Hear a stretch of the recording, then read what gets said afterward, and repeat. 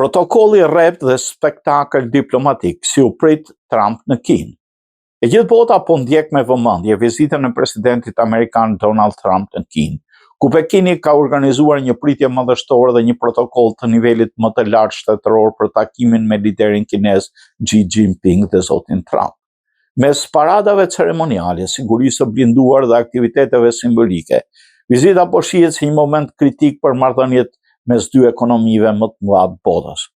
Vizita e Trumpit në Pekin është e para një presidenti amerikan në Kinë që nga udhëtimi i tij në vitin 2017 dhe po zhvillohet në një klimë krejtësisht ndryshe politike dhe gjeopolitike.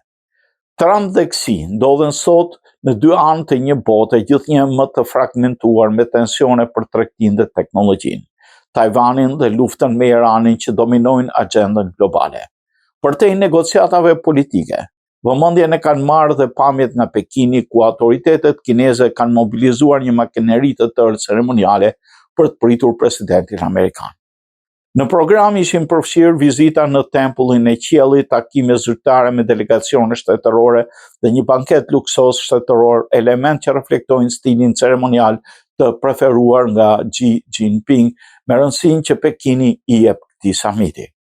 Trump u ul përballë një lideri që ka konsoliduar pushtetin e tij përtej kufive zyrtar të mandateve në Kinë, ndërsa Xi përballet me një president amerikan që ndodhet në mandatin e fundit lejuar nga ligji amerikan dhe që ka transformuar politikën e jashtme të Shteteve të Bashkuara.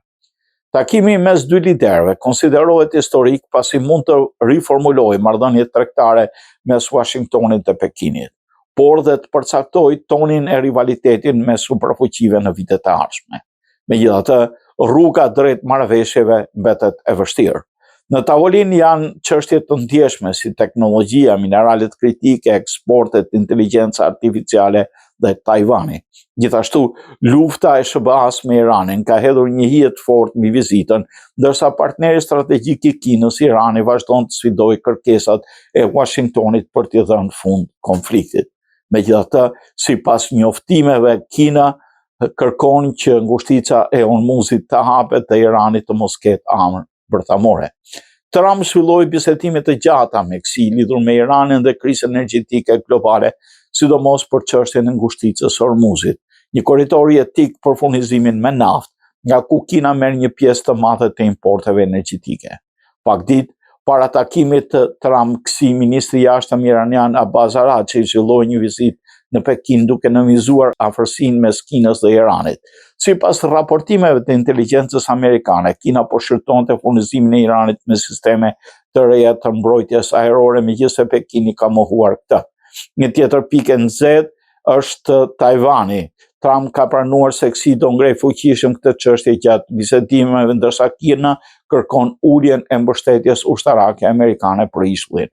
Nga ana tjetër, tregtia mbetet prioriteti kyç.